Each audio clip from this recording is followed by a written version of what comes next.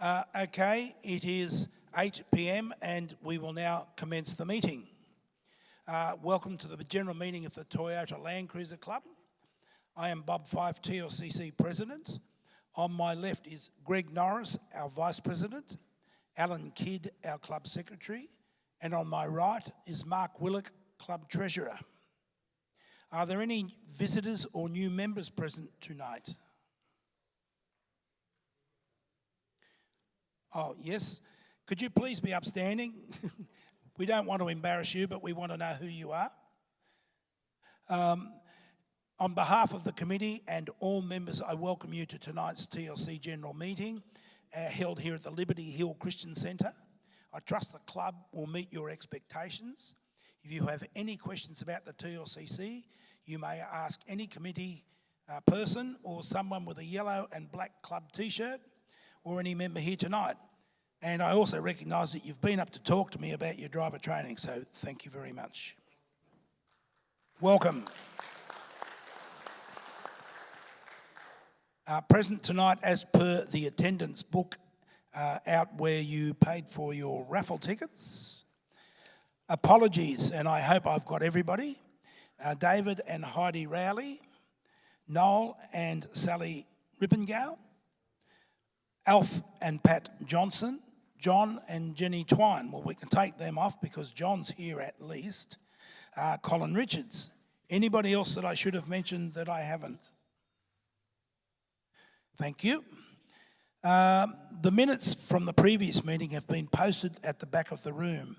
I propose that the minutes of the previous meeting held on Monday, 4 September 2023 be taken as read and confirmed. Do we have a mover, please? And a seconder? Doesn't anybody want to second? Thank you very much. Announcements by the President. We start off with the health report, which is a little bit better than it has been for a while. But I had recent contact with Sally Rippengale, and she is as well as can be expected at this stage, with a scan and then a report scheduled for November. She is feeling pretty chuffed about the fact that nothing is to report now. Katie Regents is here with a supper as usual and looking pretty good, I might say. We hope you are great, Katie. I've not heard from Carla Riviere recently, but I do know that he is back into having a tipple or two of his beloved red, so he must be okay.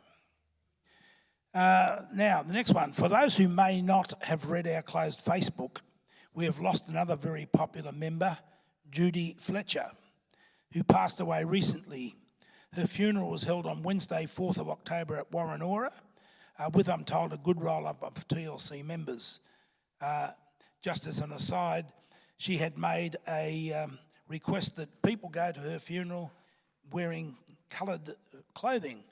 So John Blair said, I normally wear a suit. He said, I had to wear something else. So, poor John. I wish to take this opportunity to commend and thank Andrew Boyd, along with Mark Willock, for their quick work in replacing the inverter at Coolandill last Saturday, allowing those who were staying on site over the long weekend to have hot and cold showers in lieu of just cold. Committee are happy to announce that next year in May we'll be having a swap meet, as we did prior to COVID. It will be run at a new venue and will be put together by Elke Cooper. Thank you, Elke. Further details will be released as we head into 2024. So start saving up all your gear to swap. Now, just a reminder to all that any members wishing to ask questions or to speak tonight, especially as we have two guest speakers, please do so from the rostrum, or more properly in this situation, wait for a microphone to be supplied, which will be supplied to you. Thank you very much for that. Now, Greg, do you have anything that you wish to report?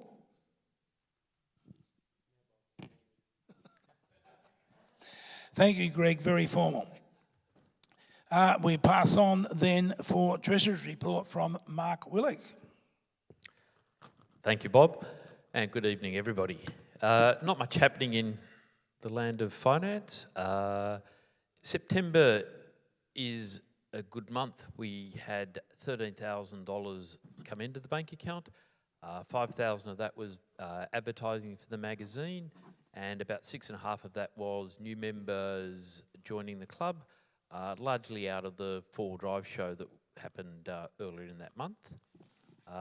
And we started to get some money in for the social activities for later in the year, such as the Christmas parties. In the same month of September, we spent $22,500. That's a big month for us. We published the magazine, that's just over $10,500. And we also reprinted the driver training handbooks that are given away at driver training. So the typesetting of that and the printing of that is about $6,000 odd, but that takes us through for probably, what, 3 or 4 years worth of, 5 years, says Bob. So he's pretty tight giving them out, which is a good thing from the Treasurer. We did bits and pieces at the clubland. We continue to improve the hut at Coolandilly and other bits and pieces. So as at the end of September, we have $340,242 in the bank. And actually we have a heap more now because we've opened renewals, and there's been a flood of renewals in October. So thank you for those who are renewing. Thank you. Thank you, Mark. Very encouraging news there. And now, can we have a mover for the acceptance of the Treasurer's report, please? And a seconder being. Thank you. Now, on to education. Gary Cooper.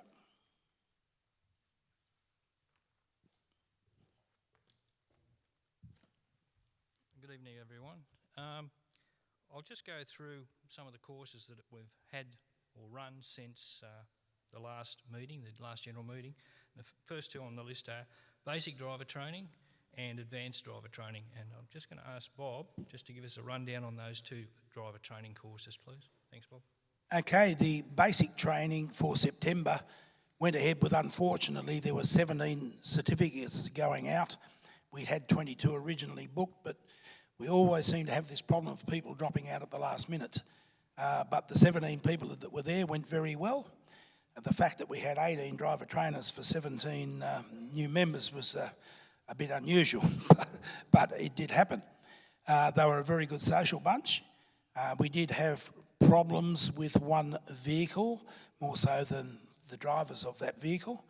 And we're going to have to look closer in future at the vehicles. It was a certified four-wheel drive, but not of the type that could get around our course. So if anybody wants to talk to me about that, I can give them a hint, but I don't want to embarrass anybody by bringing it up publicly now. On to advanced driver course. We had 7 vehicles, as we do. We had 8 people participating, 2 in one vehicle. They were all excellent.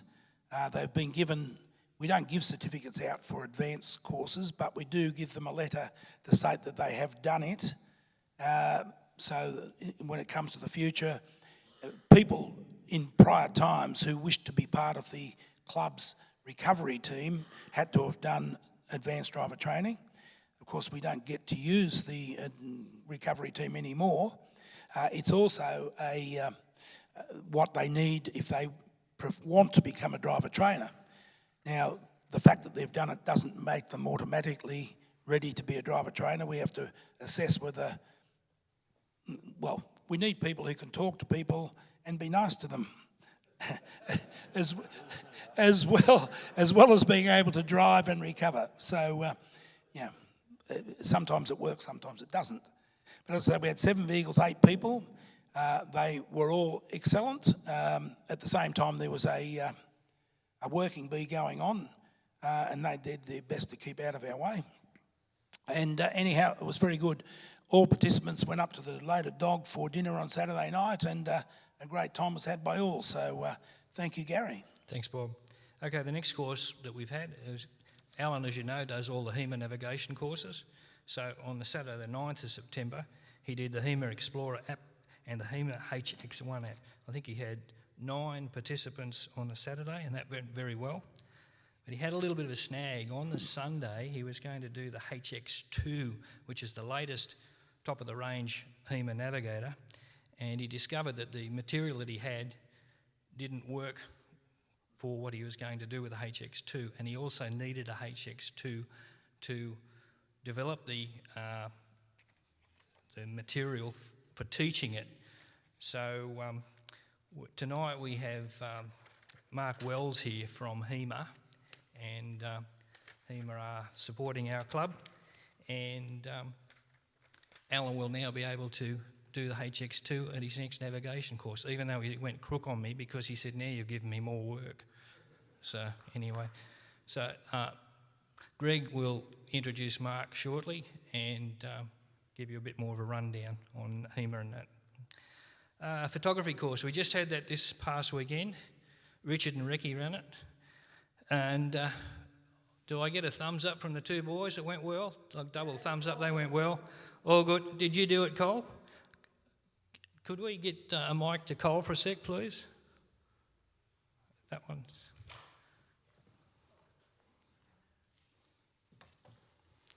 Just a bit of a quick rundown, please, Cole.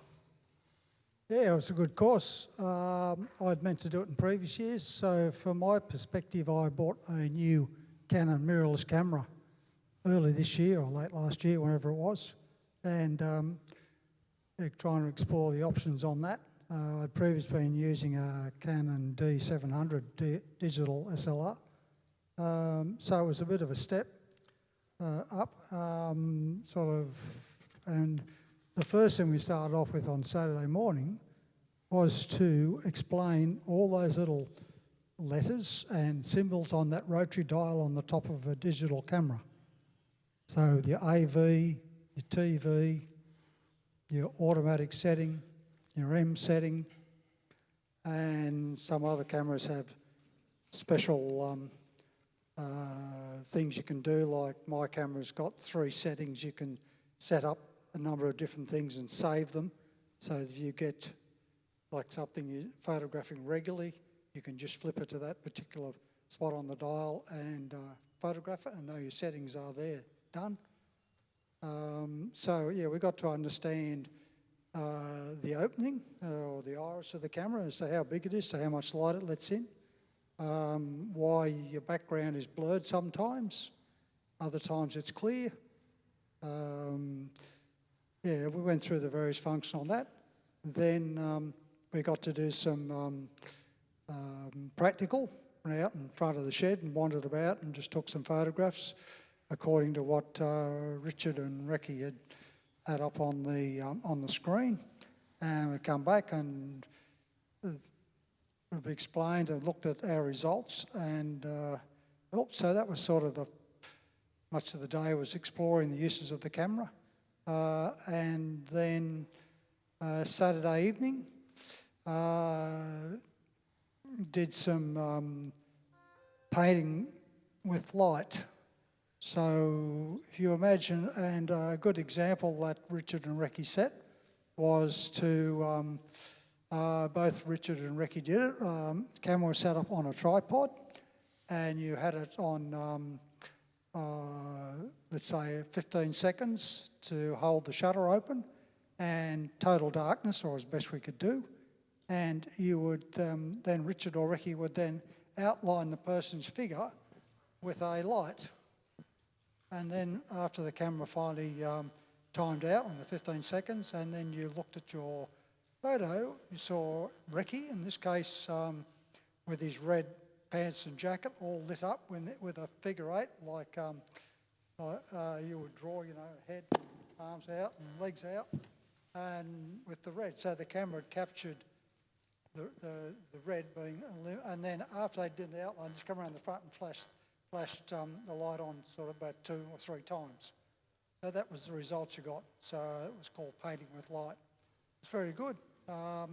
And I got to learn how to do like a star shot. Yeah, I got to learn how to do a star shot and played with that. Yeah, so all in all, it was good. Then Sunday morning, we explored using our mobile phones as cameras. both still cameras and video camera, and some of the functions that you can do. And for example, take a video in slow-mo. So you might be pointing it over here, and you'll get, say in this case, Recce would be over there, then he'd run around the back and appear over here as the camera come around, then he'd run out of focus and come around the back of Richard and appear over there. So then when you release your finger off the shutter or stop the camera, like it's your mobile phone, a little button to press or part on the screen, you then looked at the actual photo, so you had Recce there, and there in the photo. And then looked at the panorama, both in vertical. So you know how you normally you try and take a picture of a tree and it's way up there and you can't get it all in. So you just use the panorama mode and start here and just go up till you finish and then stop filming. And then when you look at then view the actual image on your phone, you'll see the whole tree from ground to there and some sky.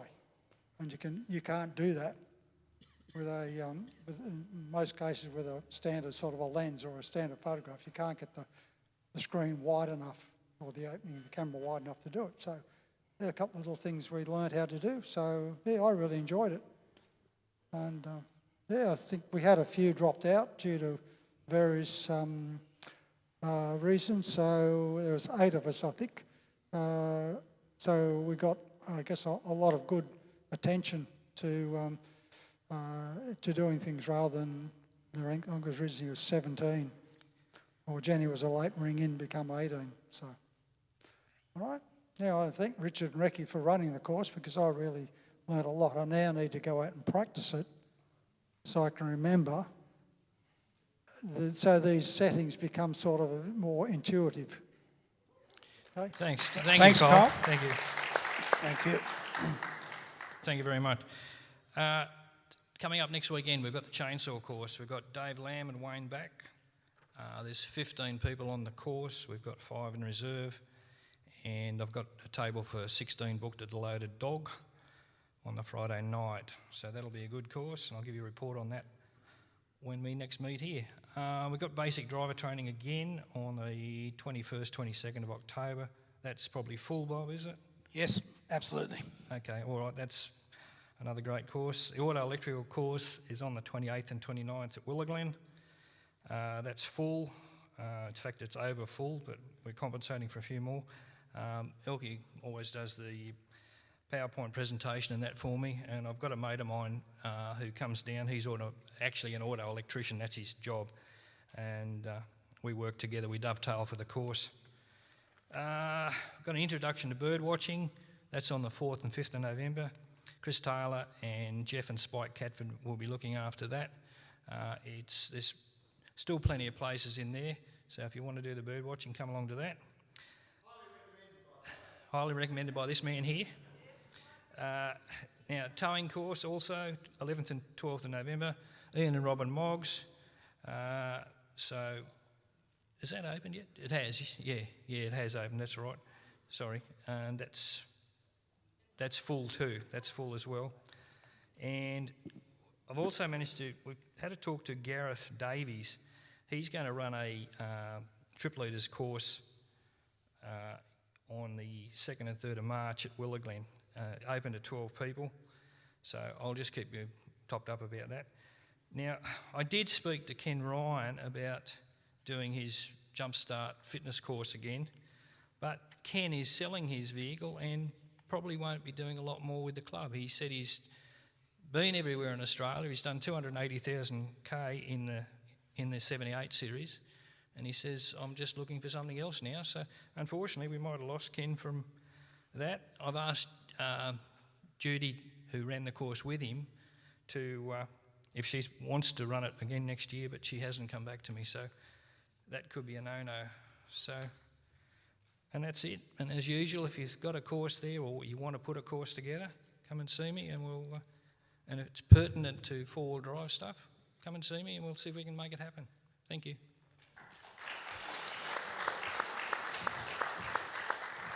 Thank you, Gary. Very thorough. Promotions is next, but we don't have a promotions officer, so there's nothing to report. So Social Director's report, Debbie Oliver.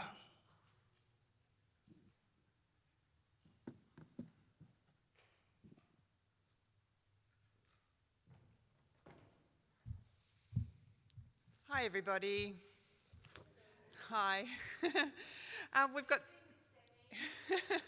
we've got three great events. Three great events coming up between now and Christmas time. The first one is on Saturday the 28th of October, Halloween at Coolandelly. It's being coordinated by members Sarah Warren and Lisa and Andrew Boyd. It's the opportunity to bring family together down there onto the property and unleash your inner monsters. Group will get to decorate the campsite, their own campsites, and compete for prizes. There'll be Halloween themed activities during the day, and then as the evening falls, everybody will get together to dress up in their best Halloween outfits, with some prizes also for the best dressed. Enjoy a barbecue together before the kids get to experience trick-or-treating between campsites with the help of a few ghouls and witches to provide the spooky atmosphere. It should be lots of fun, and there's still opportunity to book in. Bookings close on the 21st of October. The second event that's coming up is again at Coolandelly, and it's the club's Christmas party for kids. This one will be coordinated by Sue and Ken Duffy. Sue and Ken, do you want to stand up so people can see you? What usually happens at Christmas time is that families get together in the morning and the kids decorate the Christmas tree and put tinsel all over the shed down there. And then after lunch, there's some Christmas craft activities and outdoor games. Always great to see the adults getting involved, particularly with games like tug of war. It's always a great challenge between kids and adults and etc. Kids are always excited to see the arrival of Santa, who brings a gift for all the kids. And then an opportunity for families to get together and have a family photo with Santa.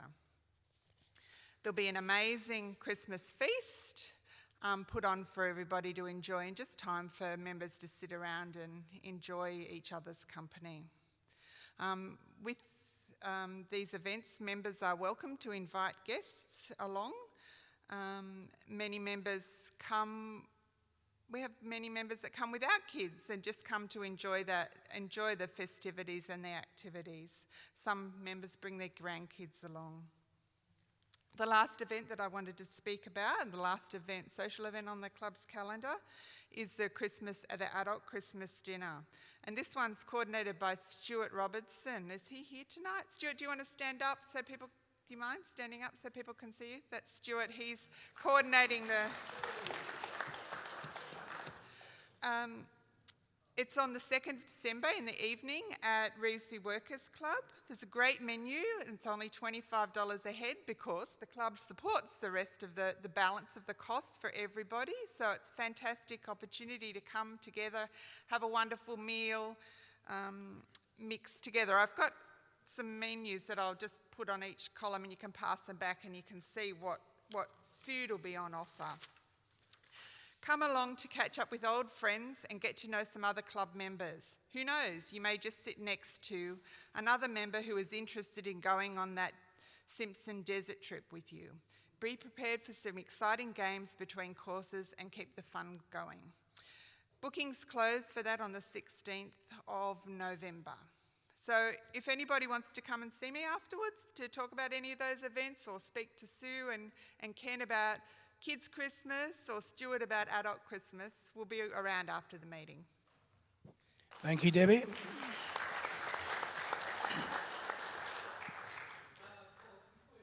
Yep, sure.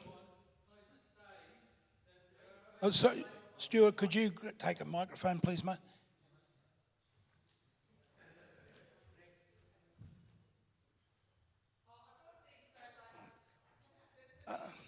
Debbie, we're live. Can you speak in the microphone, please?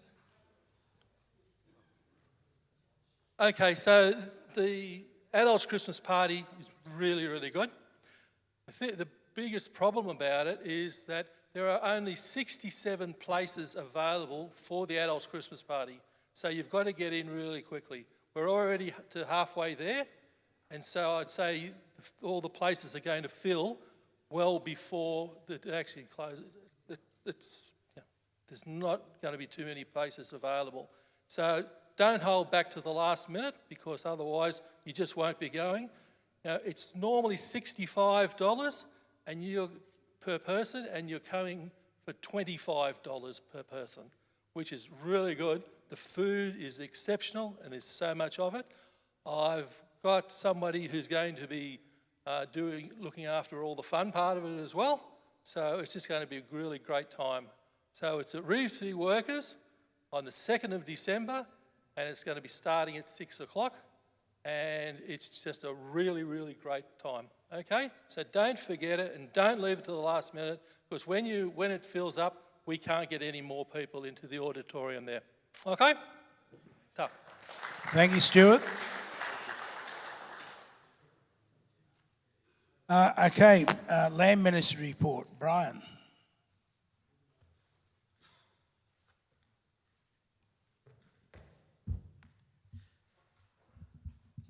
I'm back. I see a lot of people haven't forgotten me, which was great when I first arrived tonight. Sue and I have been fortunate enough to have been travelling this great land since about February and got back early September and are readjusting well into the confines of four walls. I need to start off my report with some acknowledgements. Down at Coolandilly, John Hayes and Gordon White have been doing a sterling job down there, keeping that property running and up to spec. And at Willow Glen, we've had Rob Alexander and David Rowley doing the same thing, and I was down there a few weeks ago for a working bee, and it is looking very good down there as well. And David Rowley gets a second mention for taking care of all the guest passes so you could get your guests onto the properties without any issues. And also, although Bob stole my thunder earlier, I was going to acknowledge Andrew Boyd and Mark Willock for sorting out the inverter down at Coolandilly and getting the electricity back on down there again. Moving to the properties, at Willow Glen, the property is looking excellent down there at the moment and has recovered well from all the water. We had a working bee 3 weeks ago roughly, and we had about a dozen volunteers down there, which is fairly standard. We've done a lot of hazard reduction in the gully opposite the shed and moved a lot of that into burn piles ready for next winter, and negotiation with Wendelma Fire Brigade to come and have a bit of a burn and play with it down there. We also did some beautification along the Millendale Road from the gate up to Willow Glen Road. There was all bushes grown out along the road verge and inside the fence, so they've all been chopped down and added to the burn pile, so that looks a lot prettier when you drive down Millendale Road now. Coolandilly, I'll be down there this weekend for a working bee. I know we're going to be down a few people already from regulars, so if anyone's at a loose end and wants to come down, you'll be most welcome. And I've also been advised that that property is looking pretty smick as well, so well done to all the volunteers who have looked after things in my absence, and thank you. Thank you, Brian. And Brian, sorry for stealing your thunder, but I thought Mark and Andrew probably deserved two. Thanks. Right, membership. Robin.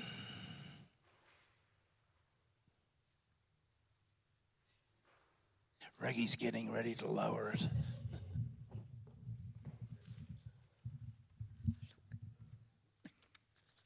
Thank you.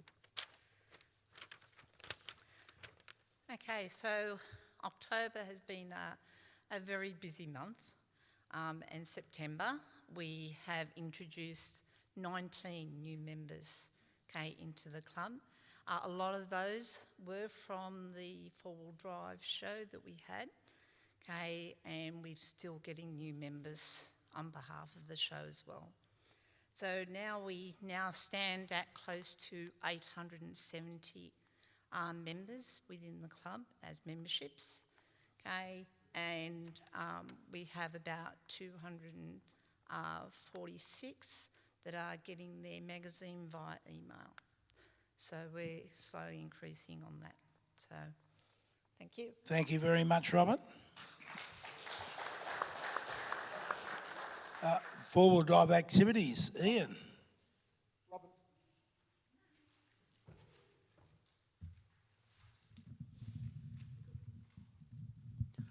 Well, I've got a really big report.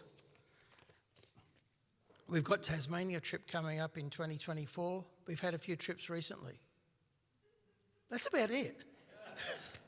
The most interesting trip that ran recently was on the long weekend, which was basically a cave-to-cave via Urangary, and that was run by somebody who's only been in the club for about 6 weeks or 8 weeks by then. They came on a trip with us and then said, we could do that again. So they did, which was really good. One of the trips that ran recently went on forever and ever and ever. So we're going to get a report by, who's doing it, Elke? Elke's going to give us a short report on her trip, their trip, sorry. Thank you, Ian. Good evening, everyone. Just a recap on the trip that we just did this year. The inspiration for the trip came from a trip that we did with Brian and Sue Chisholm in 2021, and they took us over to the Kimberley via the Tanami and, of course, the Gibbera Road, but then they headed east, and we grabbed Bob and Shirley, our dear friends, and we headed west, and we went down the west coast of Western Australia, hitting all the high spots, of course, you know, Karajini, Kalbarri, Exmouth, etc. So I thought, well, it's only fair that we repay the compliment to Brian and come up with another trip to do the same thing, because when we came back with the pictures of what we'd done, they said, oh, we'd really like to do that. So we grabbed a bunch of our really good friends. We took along Sue and Brian and John Kenny, Steve and Amanda Borg, and the Ross family with their daughter Samantha. And somewhere along the line, the trip got a name called the WA Wanderers, hence the shirt, because Anthony Ross was kind enough to, and Christine, purchase a shirt for everyone in the group. That's 10 of us. So that became us, our gang. And I hope you enjoy. They're just highlights. Thank you.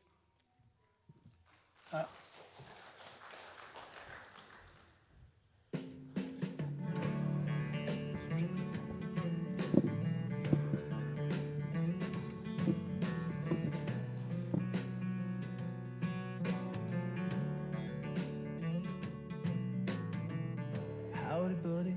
My name is Bob. How are you today? Did you come here looking for a brand new Chevrolet? Well, used is fine, I suppose. We sure do got a lot of those. I got everything you'll ever need. I got V8 engines for the kick-ass speed. I got everything you need, no money down.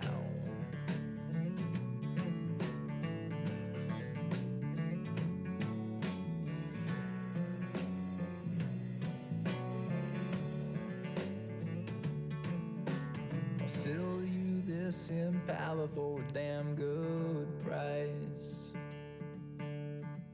The transmission shot, but the brakes are nice.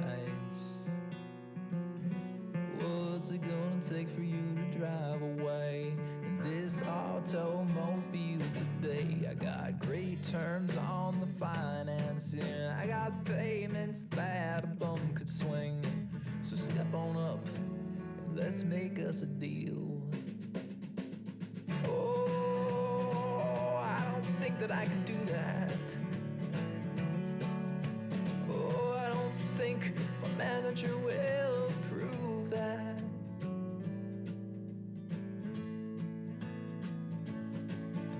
Well, I'll take this back to him, but don't get your hopes up, my friend.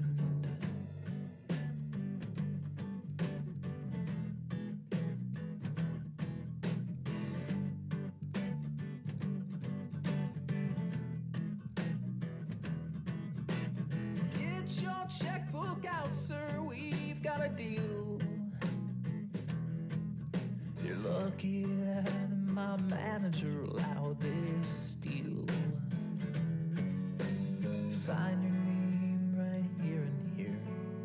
initial here and here and here and here. And here are your new keys.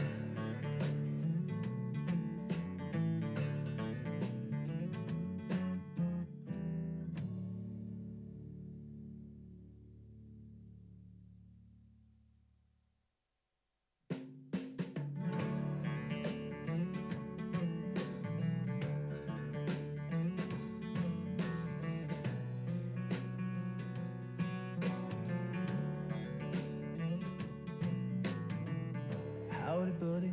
My name is Bob. How are you today? Did you come here looking for a brand new Chevrolet? Well, used is fine, I suppose. We sure do got a lot of those. I got everything you'll ever need. I got V8 engines for the kick-ass speed. I got everything you need, no money down.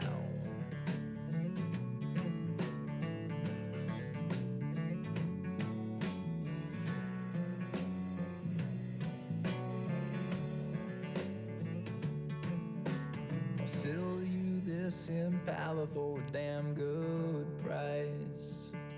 The transmission's shot, but the brakes are nice. What's it gonna take for you to drive away in this automobile today? I got great terms on the financing. I got payments that a bum could swing. So step on up and let's make us a deal. Oh.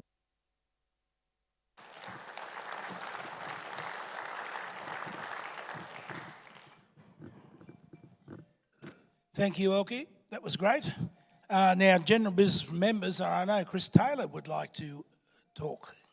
Chris?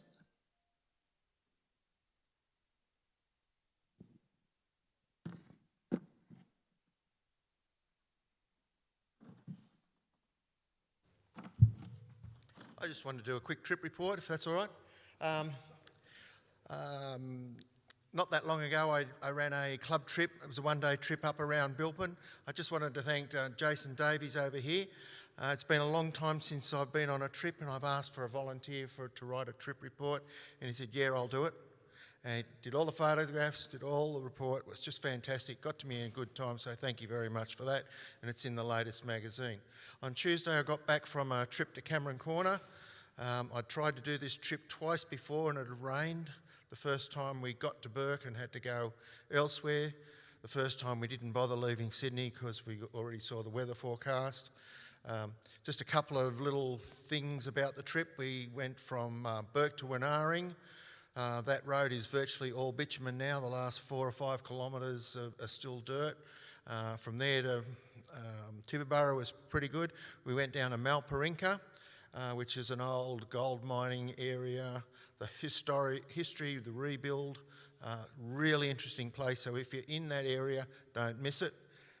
We spoke to the manager of the volunteer at the business centre, the information centre, and said we want to go here around the back road up to the Cameron Corner Tibooburra track. And he said, I wouldn't recommend that, mate. It's pretty bad. We've had some people disappear out there. I wouldn't go out there. And anyway, he didn't know we had our HEMA Maps, and we were right. It was a nice little drive. Cameron Corner was its usual self. Inaminka, we had a great time there. We went out to Coonji Lakes, did a day drive out to Coonji Lakes. If you ever at Inaminka, put that on your agenda. But unfortunately at Inaminka I still couldn't find the Aboriginal rock carvings at the waterhole, so I'll have to go back there again. From Inaminka we went to the Dig Tree, then to Thargomindah. We followed the old coach road from Thargomindah, then down through Hungerford, went out to the national park there to the big one's a freshwater lake, the other's a saltwater lake, and then back to Burke and we were finished. So it was a very good trip, really enjoyed it, and there should be a video report as well at the next meeting, so thank you. Thank you, Chris. Sorry, I hadn't realised you had a trip report. I put you in general business, so We'll leave it there. So is there any general business from members? I'm taking that as a no. General business from committee. I do not have any. Greg? Nope. Alan? Mark? Nope. Gary? Ian? Robin? Debbie? And Brian?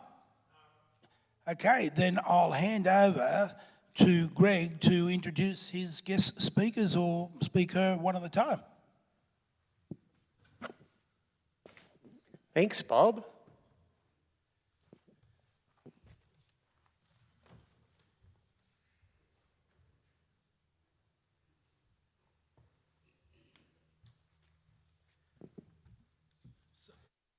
That's okay. I'll give this to Ben. Tonight we're lucky to have two guest speakers. The first guest speaker are Ben Bartlett and Steve Hanbury from Saber Offroad. Saber Offroad are a Melbourne company and they make soft rope recovery gear. Now, they've been going since 2017, Australian company, but what's awesome from my perspective is that it's a Melbourne-based company, and when I asked them if they would do a presentation, they said yes, sure, and both the owners of the company are here tonight. They flew up from Melbourne this afternoon to give this presentation. I'll be going back to Melbourne tomorrow morning.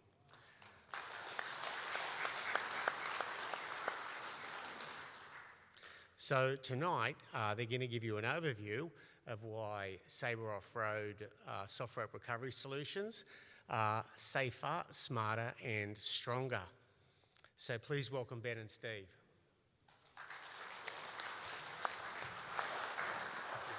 That works for me. Steve, do you want to grab this one? It won't be recorded for long.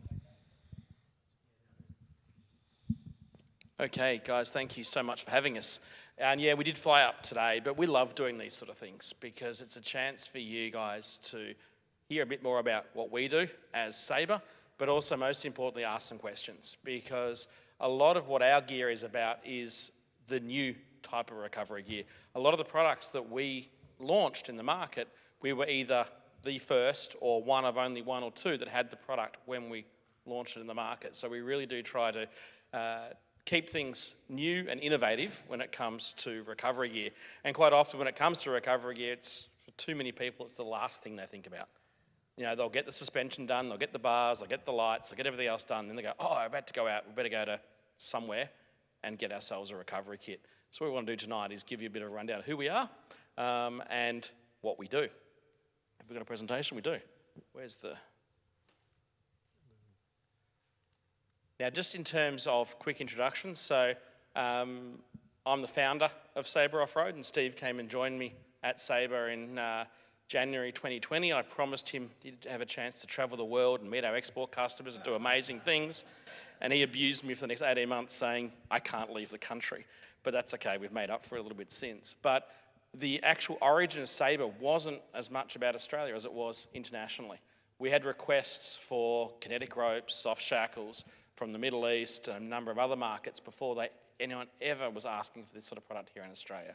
And I actually came here I went looking for Australian brands of recovery gear to sell into those markets because we were working with some other brands at the time of other product, and there was nothing. So Saber was born. Ooh, go back. So Steve, do you want to talk a little bit about, because we talk a lot about safer, smarter, stronger as our sort of key elements of our business, but when it comes to safer, it's about the testing and how we test. Do you want to talk about that? Yeah, sure. I'll take one short step back though and just explain a little bit of how I ended up at Saber. I actually took 2019 off to do a lot of travelling in my 70 series and went looking for new recovery gear. I had sold my farm at the time, was taking a year off, was trying to retire. Wife changed that. She said, go back to work, and that's how I ended up with Ben.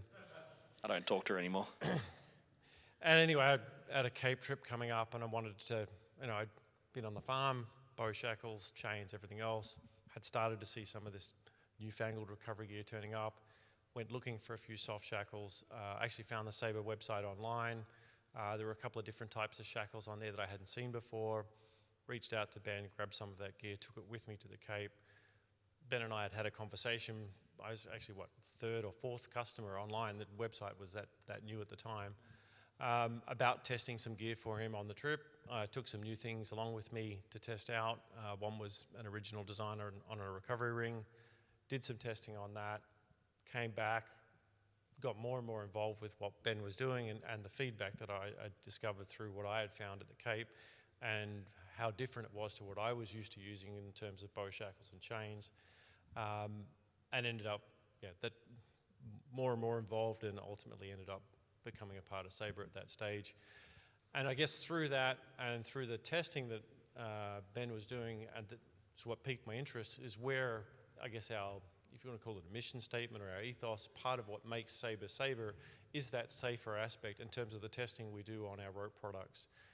I'm actually pretty proud to stand up here and say there isn't a single other four-wheel drive company in Australia that tests their recovery gear to the level that we test ours to. It's that simple. When it comes to testing, one of the questions we get asked is, are our products compliant to whatever standards? One of the worst things about our beautiful industry is that there aren't standards for too many products. There's some standards around snatch straps, of which our kinetic ropes comply, but when it comes to products like soft shackles and many others, there aren't clear standards. So what a lot of brands unfortunately do is they take that as an opportunity to put whatever they feel they need to on a box or a label or otherwise. But what we want to make sure that everyone knows is that, you know, recovery gear is such an important product, and it's all about the safety of it. In the end, it's a very dangerous scenario you can put yourself in. So every one of our products has a warning label on it. You can see a batch number on there. So we've actually got test reports for every single batch. Not a single product gets sold in the Australian market until it has been tested and it passes at least the minimum braking strain that is listed on our label. So it's something which, again, unfortunately, we also know that many brands have batch numbers more and more now as we've been talking more about it, but it's always worth asking the brands, do you actually test? If you do, where do you test? We use independent labs in Melbourne to do all our testing. We don't rely on factories to do the testing. We don't do one batch and then we sell the product for the next 10 years. Every single individual batch of these products get tested, because in the end we want you guys safe.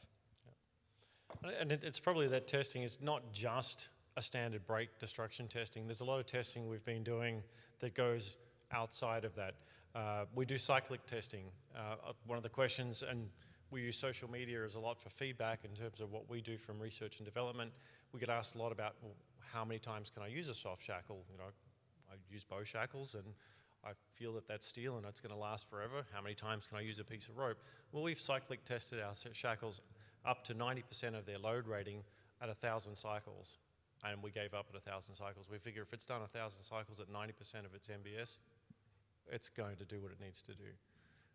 Interesting then, just on that, I'm not sure people understand with regards to bow shackles versus rope shackles, but a bow shackle will actually bend and become non-serviceable at just 2 times its working load limit. You can take a rope shackle all the way out to its full MBS and still undo it. Just a little bit of... Yeah, it's something which a lot of people don't think. They think that it's got a 7 or 6 to 1 braking, and it won't break, but it can start to deform. One other test we did just quickly was there was an article, I think it was in Unsealed magazine, which said that soft shackles when wet are weaker. And we went, no, they're not. But what we wanted to do was actually have a bit of fun and prove that.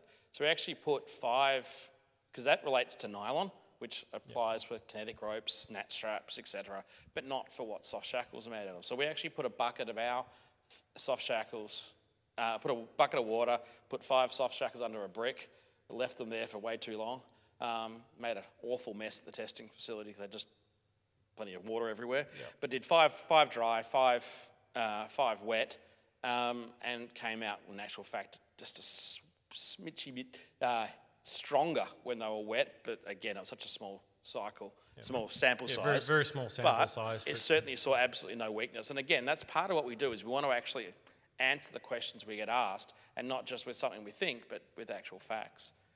When it comes to smarter, again, this is something which we want to talk about, and this is a product that actually came out of a visit that Steve and I did in very early 2020 to the UAE. We're actually the preferred supplier of recovery gear to a group called UAE Rescue. They're in the, obviously in Dubai and Abu Dhabi, and their main task is to pull everyone out. And it could be a truck, it could be a Corolla, it could be a four-wheel drive. The problem they've got is they've basically prescribed that they don't want metal shackles in any of the recoveries because they don't know what the vehicle's integrity is like. Is something going to actually rip, tear, or otherwise and leave metal flying around? So they're only using soft shackles. So they came to us and said, we love your soft shackles, they're great, except when we're putting them through small holes in chassis rails or otherwise, we're actually shearing them because in the end they're putting huge loads over quite a sharper surface. Is there anything you can do to actually fix that?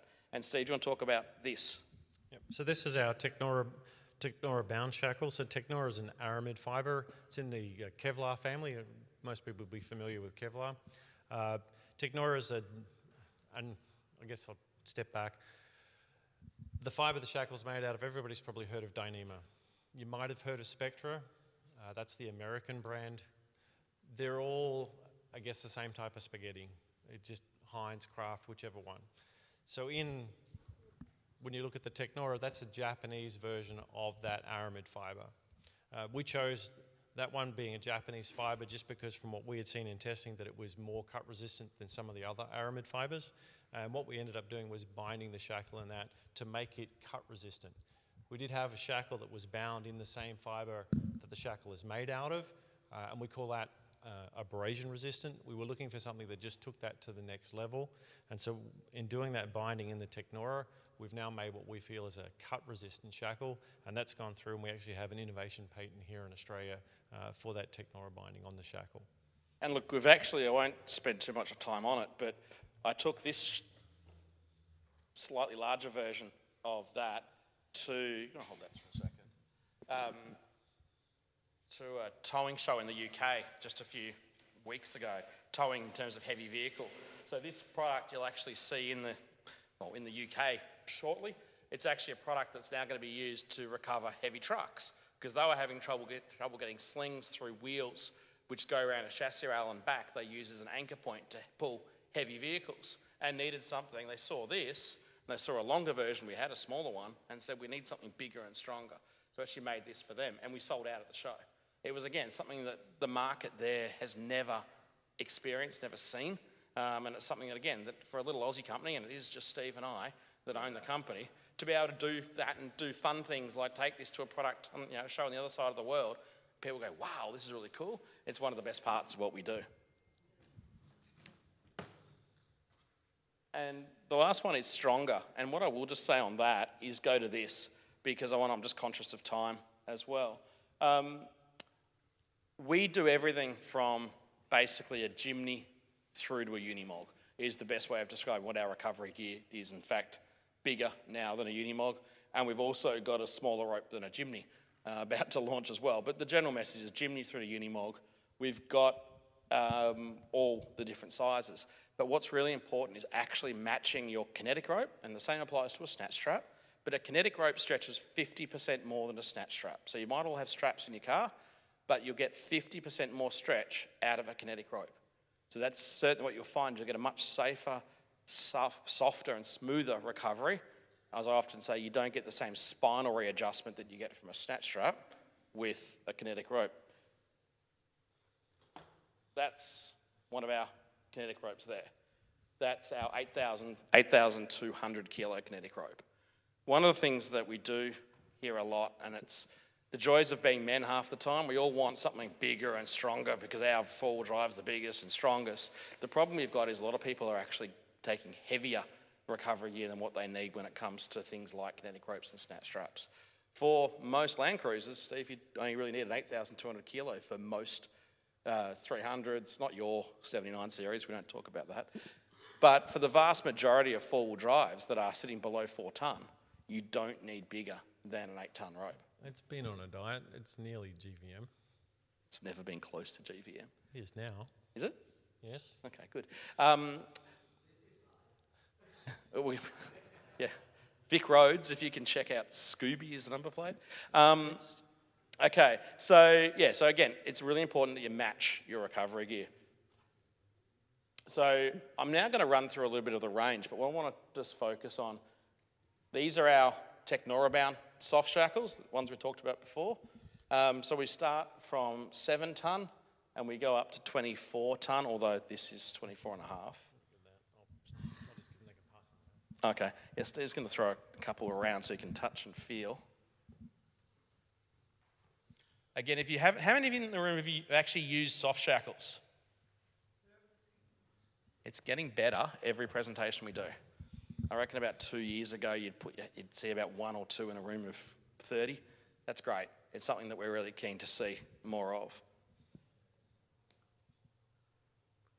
We do a lot of kits, and again, what I am going to say quickly, I will remind you at the end, but if you use the term Land Cruiser on our website for the next basically 36 hours, you will get 15% off the full range of Saber.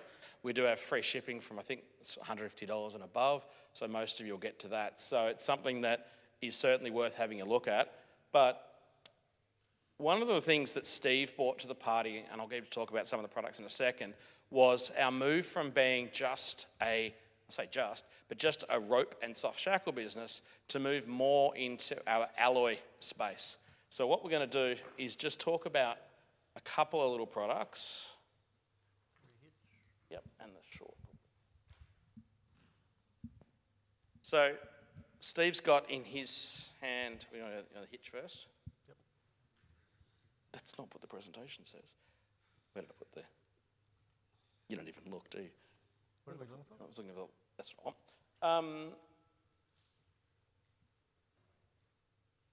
There we go, there go the hitch for you. Yep. You can talk about it? Oh, sorry, yes. So our rear recovery hitch is made specifically for soft shackles. One of the things we identified very early, and I'll talk about it a little bit with the recovery ring as well, is rope loves a radius, be it a working radius or a static bend radius.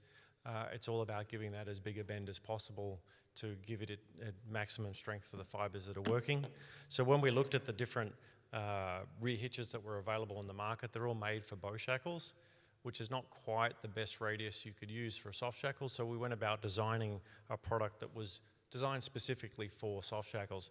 And one of the other things with that we took into consideration was there are WorkSafe sites that are trying to remove those bow shackles completely from their system, and you can't actually, technically that's not correct, there is one bow shackle that you can buy that will fit this. It's $350. It's a special import part from Finland. But other than that, there are no metal bow shackles that a general four-wheel drive person is going to have in their kit that will fit through this rear hitch. It's made specifically for soft shackles. Now, in terms of something else that we're seeing more and more in the market now, how many of you have used a recovery ring rather than a snatch block? Okay, cool.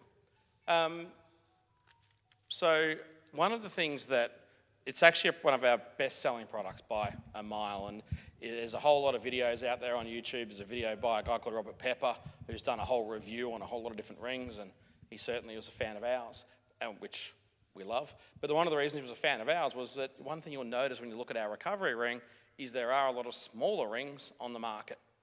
But the point of the matter is that when you start to bend rope over a smaller radius, what you're actually doing is putting a lot of extra load across here and next to no load across the bottom, and you're actually starting to fray fibres. So by bending your rope over too small a radius, you're actually shortening the life of your rope. So we actually developed the ring, and a lot of this came from feedback I got from Steve from his Cape trip way back in 2018 or whenever it was. 2019. Yeah. Was about building a ring with a better bend radius to protect your rope. In the end, what's the point in having a slightly smaller recovery ring if you're actually shortening the life of your winch rope? It defeats the purpose. Yeah, so that's one of the things that Robert, and I do recommend if you're at all interested in the recovery rings to go and watch that video of Robert Pepper's on YouTube. He does a really good analysis of probably, I think it's 6 of the different rings that are available on the market, all through different price points and different manufacturers from here, the US, the UK, and a number of other countries. We're very happy with Robert's comments on our ring, and obviously he gave us a fairly favourable glowing report, otherwise we wouldn't be talking about his YouTube channel. But that wasn't without credit. The ring is a lot bigger than you will see most of the other rings, as Ben mentioned, and we make no apologies for that. we're rope guys. We're about looking after rope and making sure that our alloy gear is suited to work with rope. Probably the last couple of things we'll say, because I'm conscious of time, is that one thing we've also moved into is your opportunity to replace your winch hook on the front of your fair lead. So rather than running your winch hook down to your recovery point and leaving a metre or so of winch rope exposed, which is the worst thing you can do for your winch rope, it is going to wear your winch rope out far quicker. Winch rope and UV are not necessarily good friends, so you do want to keep and protect your winch rope in behind your fair lead as much as you can, but also the fact that most hooks aren't that friendly when they're pulled tight against the fair lead. You're going to start to damage the fair lead by the way that the hooks are designed. So we've actually, it's something again that was part of Steve's babies, was to come up with our range of, I'll give you that one, of alloy winch shackles. So we've actually got a few up here, including the wedge, which we can show on the screen in a minute, and we've got it up here, you can have a play with later. They're all run a pin here where you drop a circlip out, pin drops out, your thimble from your winch rope goes in, pin goes back in, circlip back in, and then the 3 rubber pads just sits, as you can see up there, flush against the fair lead.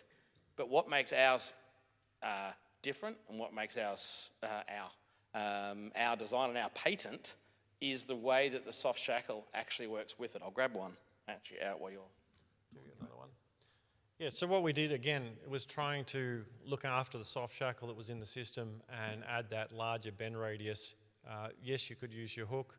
Again, that's a smaller bend radius. What we went about doing was trying to increase that bend radius that the soft shackle was going to go through in that scenario. So what we've got, and you can't quite see from the vision up there, is a channel that comes down through the top that allows the soft shackle to feed through and then get done up.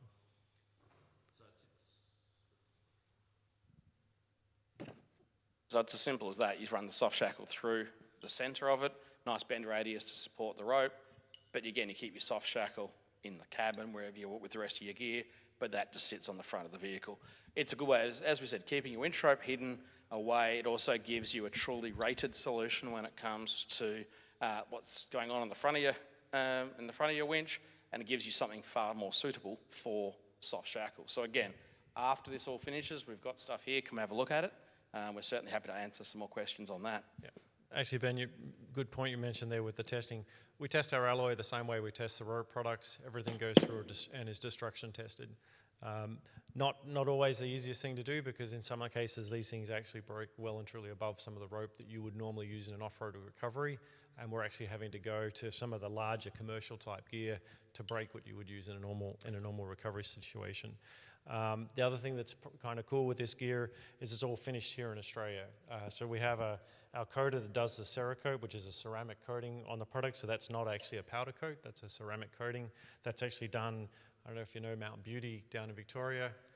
There's a little guy that's set up there, fantastic. He's actually now gone fully off-grid, so it's a very green solution, I guess you could say, with what he's doing there in his coatings, and it's all ceramic coated. Yeah, so the ceramic coating gives you much longer life. Also, when you buy something red and pretty on the front of your vehicle, it won't become pink in no time like half the red things are that you're going to get. So being UV stable and heavy duty, it makes our product a bit different there. So the last thing I'm going to just talk about really quickly will be, so again, this presentation can go forever, and I can email this out to you guys so you can send it around to the club after the fact. Again, as you can see, we've got a whole lot of other rope products. There's a lot more than what we're just showing you here, a whole lot of accessories, sand flags and winch dampeners and otherwise. But we have just launched, we're just about to do a much bigger push this week, but we have just launched our range of lights. And again, I'm not going to go through all of them in detail, but we do have 3.2-inch work lights, 6-inch work lights. We've got a 20-inch combo, which many have seen, but what a lot of you wouldn't have seen will be the 20-inch flood. And if you ever tried to light up a campsite or want a really good rear light and you're using something like a 20-inch, most of the lights are, by design, will be a combo light. This is a true flood. The amount of light that you get from that as basically a 20-inch work light is a fantastic product. And it's something we wanted to bring to the market that was different than what you're already seeing around. 40-inch single row, 7-inch driving light. But Steve, do you want to talk about the combo 9-inch just before we wrap up? So I guess, one of the first questions I would expect you guys to ask is, what does a bunch of rope guys know about lights? And that's a fair question. And the reality is, I know they look good on the front of my vehicle and they do a fantastic job, but we also knew that there was things missing in the market. There'd been this move over into LEDs, and there wasn't really this push to create as much light down the road, and not a beam that we had seen in the past. I know I had run on my older Land Cruiser 2 different lights. One was a spread and one was a spot. And you weren't seeing that in this new age range of LEDs. So when we started looking at how we could create that, we actually brought in somebody by the name of Lex Woods with over 50 years auto electrical experience, and had the opportunity to have him for 12 months work with us on our range of lights. And we sat down with Lex and said, well, this is what we want to build. How do we build it? Essentially, we started out with a die grinder and cut up a bunch of different beams to find a pattern that we thought worked. Went back to the manufacturer. They actually put it through their simulator. Were very surprised with the results that we had created for them. And we've actually gone ahead and got a design registration on that beam pattern, which is kind of a bit of a first for most of the light companies in the Australian four-wheel drive scene, because most of them are just tending to put their label on things. And for some of those simple work lights, that's essentially all you can do. But when it came to the bigger lights that have more meaning, we were really looking for ways that we could make them work best in an off-road situation. So the 9-inch combo light actually has a ring of spread around the outside and a center cone of spot. So it's designed to do both things at the same time. So guys, that is all from us. We could have gone on for days, but you'll lose interest very quickly. So thank you so much for having us. And so after this, we'll be around here to answer questions, and thanks so much. Thank you very much. I'm sure that a lot of people do want to ask questions, so after the meeting we might do that. Otherwise we will never get to our next guest speaker and we'll never end. Bob, I just wanted to give the people who are watching on the streaming channel the option to ask some questions. Ricky's telling me there's 2. Apparently 2 questions. Sure. Are you happy with that? Yeah, what have you got there? I'll read it out. Okay. So this is the question from Michael Venter. There are 2 questions for the Saber team. What is the difference between bridle and the utility rope? That's question 1. And question number 2 is, do you have a protection cover for the alloy winch shackle 7075 to protect the rope from stone damage? Thank you. Okay, yeah, I can use that. Which one are you going with first? To answer the question regarding the utility rope and the bridle, that's pretty easy. The bridle is simply a rope with 2 eyes spliced on either end. It is simply just a rope. The utility rope, oh, cool, we've got one. Much bigger in terms of its capacity. It's a 15-ton straight line pull. It's a double strand rope right through the whole core. It's not a single strand. So we've actually got a padding and protection over the core of the rope, and then as you can see there, we've also got a Velcro cover as well. The Velcro cover can be taken off that and used on your kinetic ropes or other winch lines or otherwise as extra rope cover as well. So a bridle's a bridle, and the utility rope is, as it says, can be used for many more things. Our bridles are 5 metres in length, and where this is 3 metres in length. And again, so just there's some differences, but yet it really depends on what you need. Just for a bridle, the bridles are great. If you're looking for more, then the utility rope, and then the rope protection. Yep. Yep. I'll grab one for you. You talk. Right. Grab. So one of the things that we were looking at when we came out with this range of products were they're very good. Very good for what they could do for soft shackles, but we did have guys that were a little bit more extreme off-road, that were spending a lot more time in the bush, doing a bit of bush bashing, doing a lot of dirt driving, and we're looking for that little bit of extra protection for where you see the winch line being exposed here, and you actually can see that. Go back to the 49. Yeah. You can see there, the only piece of the winch rope that's exposed in this environment is that little piece that's sticking out at the very end there. So we went looking for a more, if you want to call, commercial product, and we added the rope guard to the front of that. And this is what we call the wedge. It's our latest design that came out this year.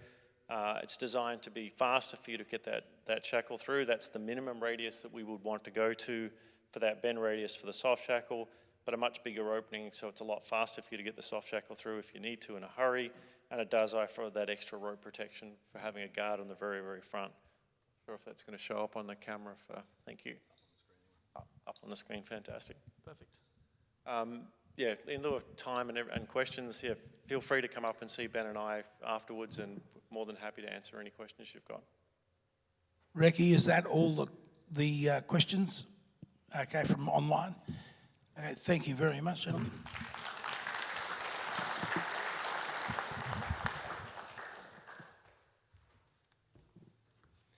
Our second guest speaker, as Gary alluded to earlier, is Mark Wells, who's the state sales rep for HEMA Maps. HEMA made a generous contribution to the TLCC by facilitating the acquisition of one of the new HX2s, a navigation device, so that our navigation course could be updated with the latest information. Please welcome Mark to tell us all about the new HX2 and why we'd be lost without it.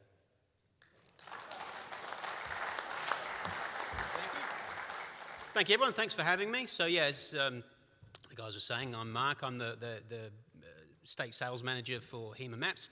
Now, you have to forgive me. This is the first one of these I've done, so this is very new to me. And I've only been with the company for 3 months, but I've been an avid user of HEMA Maps for many, many years. I have a stack of maps that I can't jump over, and have been user of their apps and the GPS products in my personal travels around Australia. I was lucky enough back in 2019, 2020 to do my lap of the map with my family for about 18 months. So I got a little bit of experience with a bit of remote travel as well.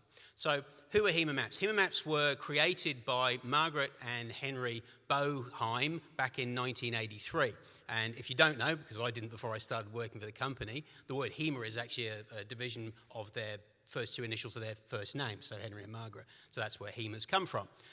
So yeah, HEMA was created back in 1983. Originally, it was a chart company, but Margaret and Henry were working up in Queensland and were making nautical charts. And then the four-wheel drive market sort of exploded, and they did a bit of a trip, did the Simpson Desert and I think Cape York shortly after, and realised that there was a real gap in the market for mapping, and no one was really doing proper mapping of Australia, and that's where HEMA was born. So Henry and Margaret went back to southeast Queensland and started making maps. And then back in, I think it was 1997, they first started their map patrol. So they actually started employing guys, geoscience guys, technician scientists that would actually go out in purpose-built vehicles and actually map Australia.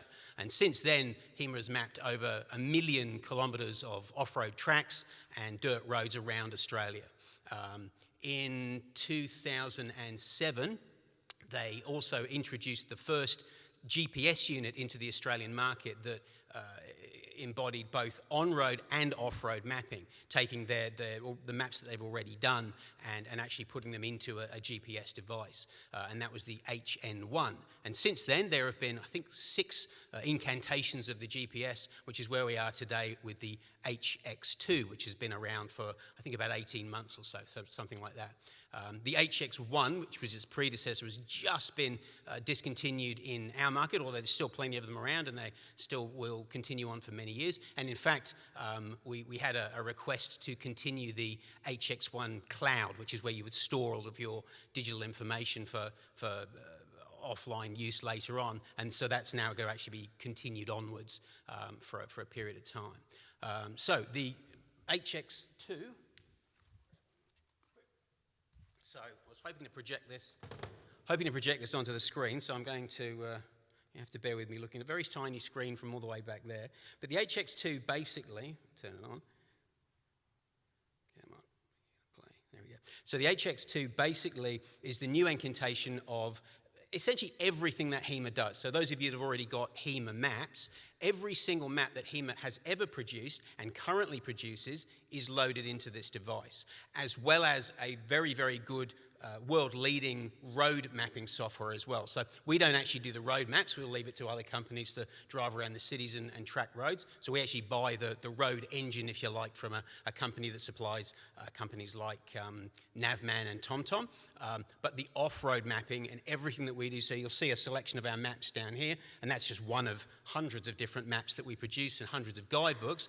Every single one of those is loaded into these devices. So this unit has over 100,000 waypoints or points of information. It can also have your own information that you might wish to add into this as well. And part of purchasing one of these, if you ever decide to, is it also gives you access to what's called the HEMA Cloud. And the HEMA Cloud is, in essence, an offline version of saving any information that you've put into this unit. So it's a really good way of either before you head away on a trip, of planning that trip out, or once you've come back from a trip and you've plotted all your information on the GPS, to then store that offline to be able to share with your friends, or just to simply be able to look at it on a large screen. So this is now loaded up. So I have no idea where we are in the world. No, we don't want to go to sleep. So this is the unit itself, as well as the on-road mapping. It also has all of our paper maps, so what we call our adventure maps. And those are all digitally scanned, so essentially like taking a photograph of a map and then putting that into this unit. So they're all stored in here. So if you own a Cape York map, for example, that will actually be stored in here. And it's a really good way of planning trips. So if you're heading away on your Cape York trip, you can actually spread your Cape York map out over the table at home and plan that in conjunction with what's on this device as well. Plus, the main reason that people will buy these units is for the off-road mapping, which is what they call vector mapping. And vector mapping is, it's the data, it's the information that's collected by the map patrol guys at HEMA. Best job in the world, everyone says. So these are our teams of GIS scientists that are out travelling around Australia, plotting all those tracks, so that when we tell you that there is a track in this location, that there is a track in this location. When we tell you that the campsite has a dump point, that the camp has a dump point. So those guys are out there. Plus, we also have what are called our alpha users. And our alpha users are folks like yourselves that might be either out as full-time travellers or are spending a lot of time out on the tracks and trails. And they're folks that we supply with a small digital box that allows them to record pieces of information, and that just backs up the information that the Map Patrol guys are producing as well. Where did I get to? So, lost my track. Go back to my notes here, folks.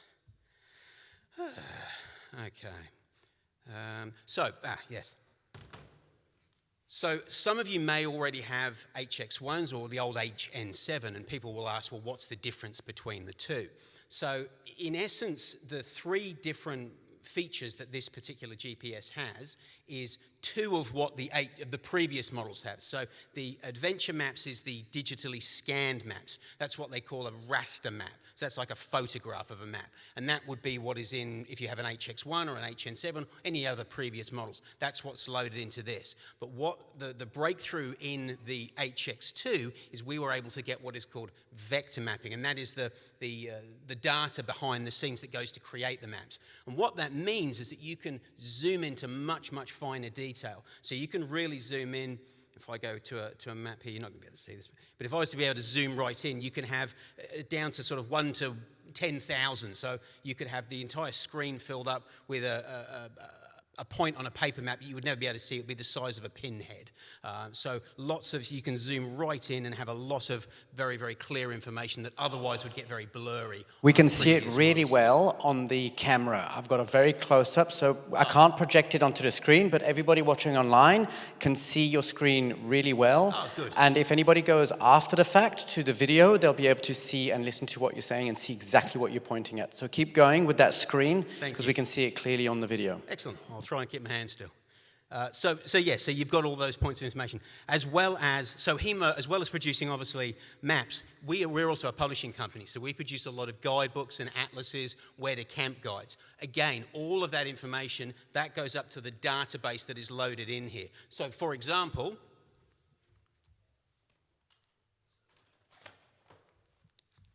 So as an example, this is our Where to Camp guide, which has over 1,000 campsites around Australia. That is loaded into this device. Every single guidebook, our Atlas and Guide for the Simpson Desert, our Atlas and Guide for Cape York, the new guide that's about to be released for Fraser Island, all of those are digitally loaded into this device. So, and you also have, for a 3-year period, you have the ability to upgrade. So when those new guides and atlases come about, that will also be able to be loaded into this device for looking at offline later on. I can't think of anything else to say. Any questions? As I say, forgive me, it's my first.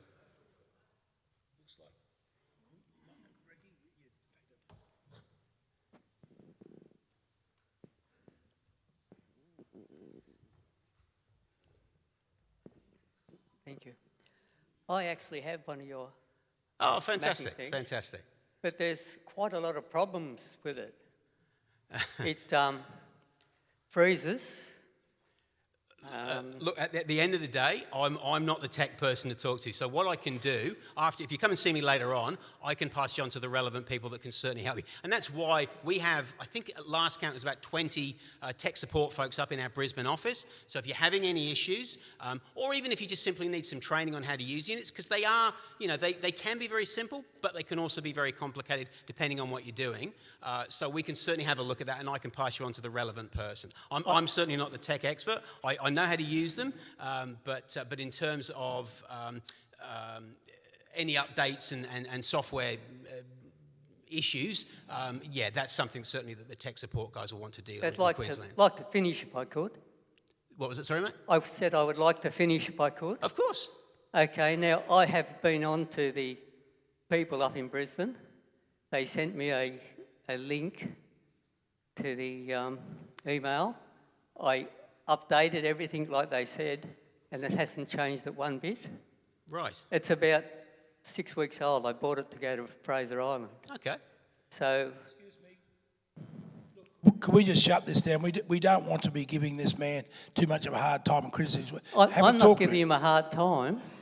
I'm just asking a question. This is going out and he can't answer the question. Could I ask what are you going to do about it? I've got a question from the back here. Can you do something about it or what? I've got a question at the back here. I'll talk to you after. Is that all right? I'm a user of HEMA. I've used it for many years and I've never had an issue at all. My question is, are we able to take an iPad and instead of taking one of those devices, using an iPad instead? Absolutely. So, yes, something I should have covered. So, as well as our GPS units, the software that's loaded in here can actually be provided in a couple of other different ways as well. So, as you said, we are a provider of apps. So we actually have apps that can be loaded onto iPads or mobile phones in both the Android or Apple space. And there's a couple of different apps depending on what you want to do. So we actually, the newest app, so if you're going to look at purchasing an app, the newest app, which is in essence the vector mapping that I was talking about before, that load onto these devices, the vector mapping is in the 4x4 app. Whereas the other app that is online, and if you want to come and see me afterwards, I can write this down for you. The other app is the Explorer app, which is an older app still around, and the Explorer app is essentially, it is the adventure map section. So it is, in essence, all of our paper maps scanned. So there's a photograph essentially been taken of them and loaded up onto the screen of the unit. So the other product that we do. So the other product that we do as well, people often would ask, can I get your maps loaded onto the dash of my car? And the short answer is yes, providing your vehicle or the dash in your vehicle is a modern car that takes either Apple CarPlay or Android Auto. So this little device here, which is called the AMHXD3, just rolls off the tongue, that one. This in essence is the brain of the HX2 GPS. So this is this minus the screen, and it simply projects the screen onto the dash of your car, providing your car has the capabilities to use wired Apple CarPlay. Most modern vehicles or most modern head units do. And this is actually produced by a company called AirPro with our software loaded into it. Any other questions that we might have? Just on how that connects to the to the car, because I know I've had a few issues with my 300 and getting Apple CarPlay to work. How does that? Is that a cable or a Wi-Fi? Exactly. So it's just simply a cable. So it plugs into where your mobile phone would otherwise plug into. Yep. So you do need to have, because unfortunately some vehicles, some new modern vehicles, they don't actually provide a wired Apple CarPlay. It's only wireless Apple CarPlay. We actually tried recently with the new, you've probably seen the Ineos Grenadier, which is the new car that seems to be making a lot of publicity around. And that one, at this stage, they're working on a workaround, but at this stage it can't, because it doesn't have a wired Apple CarPlay port. It only has a wireless Apple CarPlay port. But I believe that there is a fix for that coming soon. So as long as your car has a wired Apple CarPlay function, which most do, then you could use this unit. It actually costs about the same price as the HX2 anyway, so it depends whether you prefer to have a separate screen or whether you prefer to use the screen in your dash. And also, if your phone also connects to this device as well. So if you're using, Apple CarPlay or Android Auto for streaming audiobooks or music or whatever that might be, you actually then end up with wireless Apple CarPlay as well at the end of that. So this actually does a second job of creating a wireless Apple CarPlay in the car if you don't already have that as well. We have one question. Please. Sorry, you finished that one question from online, which Recce or somebody can tell you what that question is. There's one more question from Michael Venter from our online viewer. Do the HEMA Maps load on any other devices, for example, like Garmin? Short answer is yes. We've tried. We actually work with Garmin, so we are also a supplier of Garmin products to our shops out there. And we've worked with Garmin over the years, and we've tried to get all of the functionality of our HX2 onto Garmin units, and up until this point, it hasn't worked. We've basically managed at this stage, if you buy even a top-of-the-line Garmin, so even a $2,000-3,000 Garmin unit, you get one of our raster maps. So that is one of the scanned digital maps loaded on the unit, which is good as an overview, but unfortunately, it's not quite the same as having the vector maps.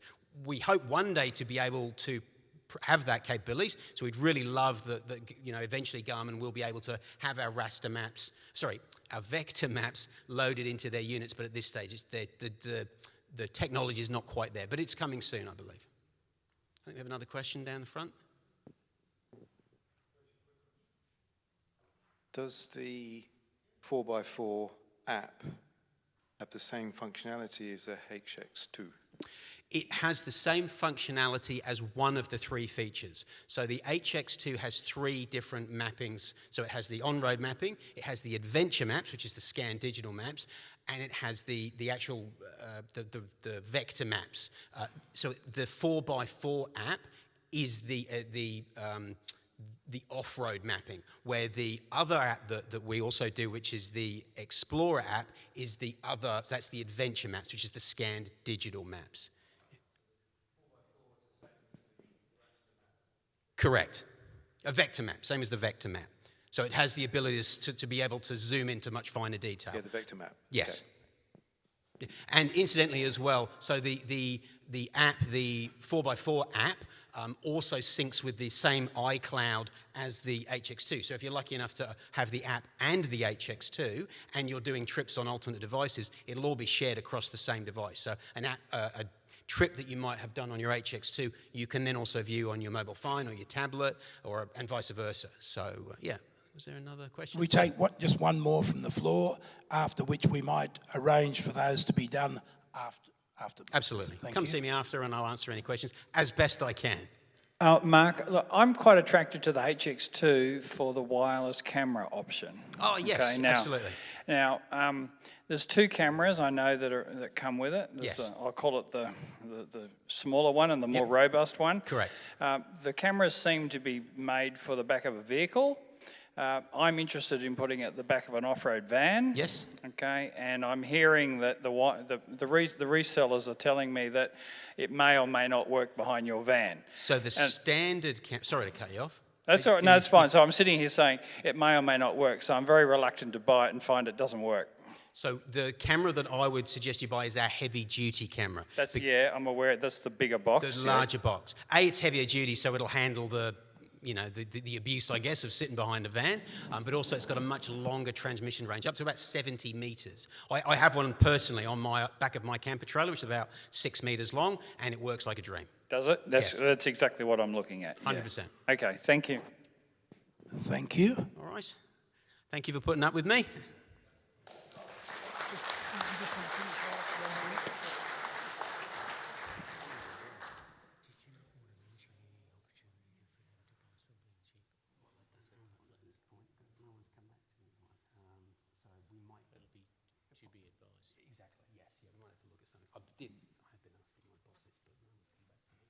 Wonderful.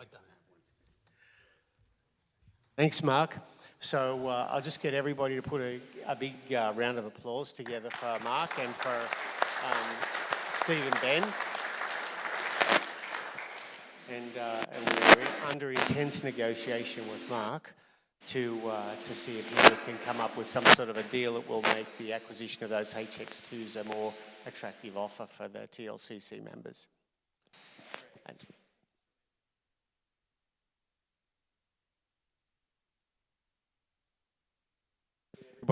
Did everybody get that? With Saber, Ben made the offer at the end of his presentation that if you wanted to get 15% off their entire range of products, you've got 36 hours, and to use the code Land Cruiser at the end when you're about to pay. Everyone got that? Everyone got that at home? Terrific. Nothing else? Thank you, Greg, and thank you to the both guest speakers. Very nice. Thank you. Now, Sergeant at Arms Sue for our raffle.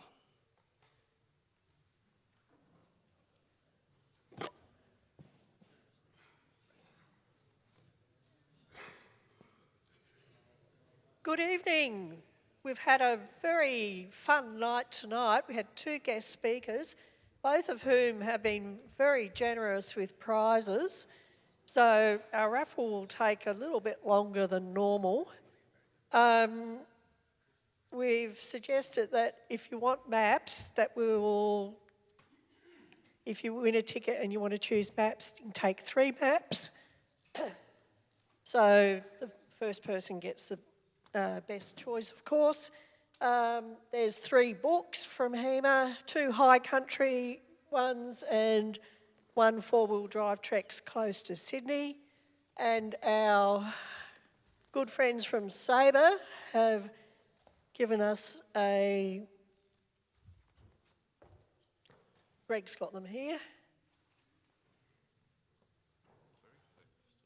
This is the soft rope. This is the soft rope recovery hitch for the back of the car. It's got the standard 90-degree offset holes, so you can mount it whichever way around you'd like. And this is the fancy kinetic rope, 8,000 kilo kinetic rope, and 2 soft shackles. You'll always be able to get yourself out of trouble with that. Okay, so would one of our gentlemen from Saber like to come and draw the raffle? Well, the first ones anyway.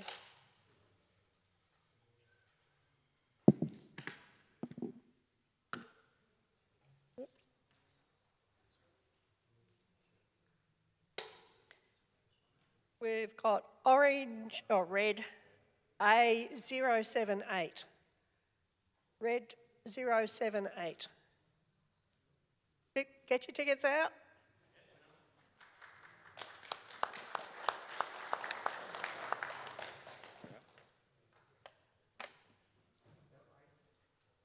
And we just a sec. Just ignore me your name.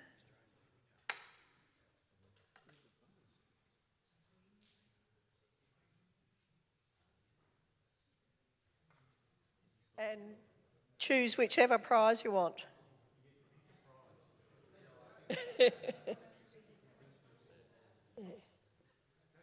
Okay, the ropes have gone. Okay, our next ticket is red A002. Red A002. Oh, Graham Dippin.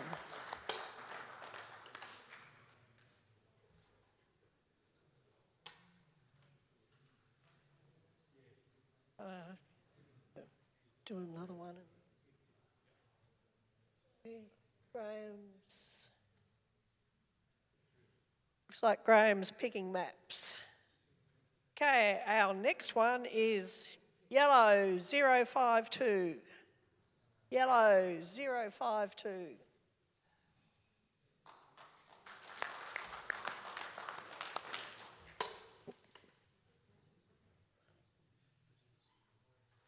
Okay, one more and get the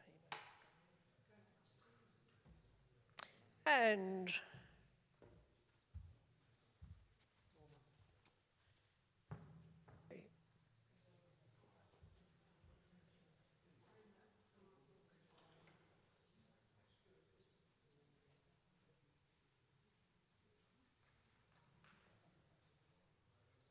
And the next one is red A016.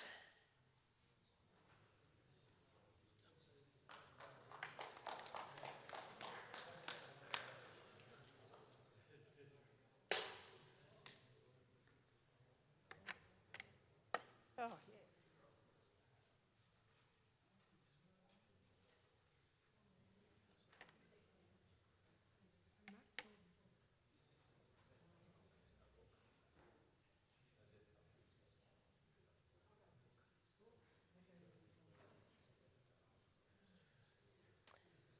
Okay, Mark from HEMA is going to draw more prizes. Yeah, just one ticket. Okay. And we've got another yellow one, 092. No, 29 doesn't count.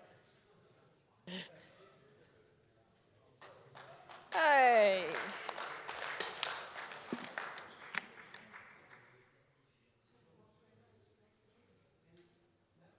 Yep, 3 maps or a book or the shackle or the hitch thing.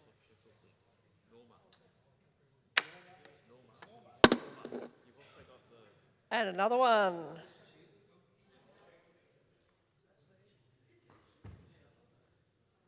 Sorry.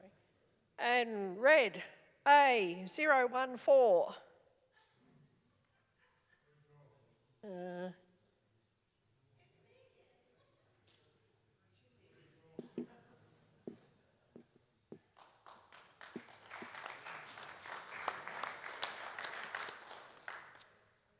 Everyone saw me spin the barrel a few times.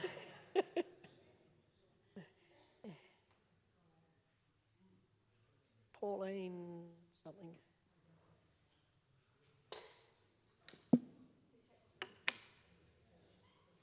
See, we're spinning it.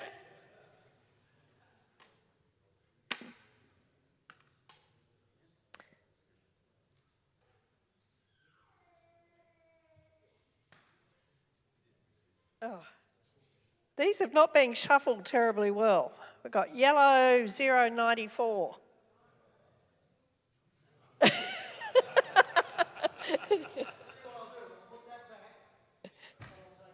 Okay. Rob's made a trade.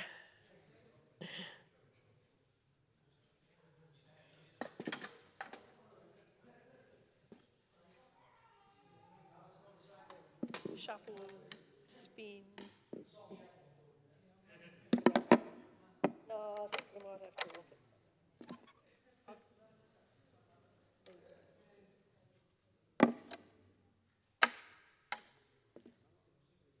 and another one.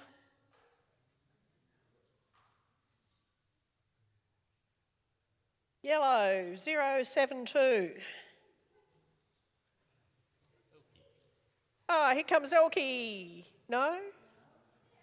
Yes? Oh, hang on. Yellow?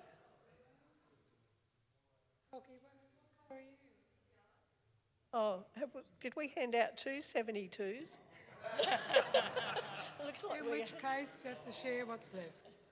Okay, we've got two winners here. Go for it, ladies.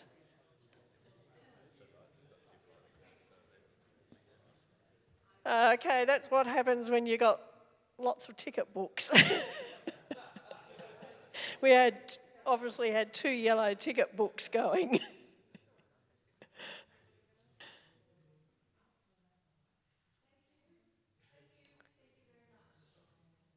They fall down in administration there.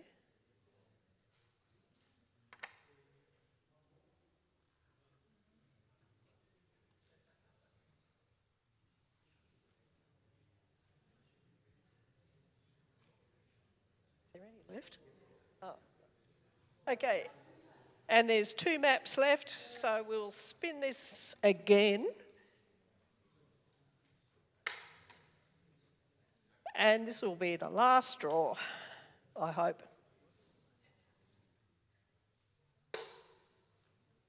Yellow 060.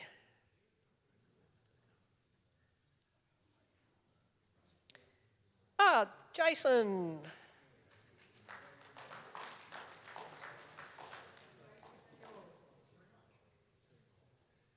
And that's the end of our prizes. Thank you to HEMA and to Saber for their generous donations. I'm sure the winners will enjoy those. Don't forget to book your tickets for the Christmas dinner. Don't forget you can come to the Christmas at Coolandilly for the children. Even if you don't have children or grandchildren to bring, you can still come and have a good time, but you do need to do your booking. And that's all from the Sergeant at Arms, I think. Thank you, Sue.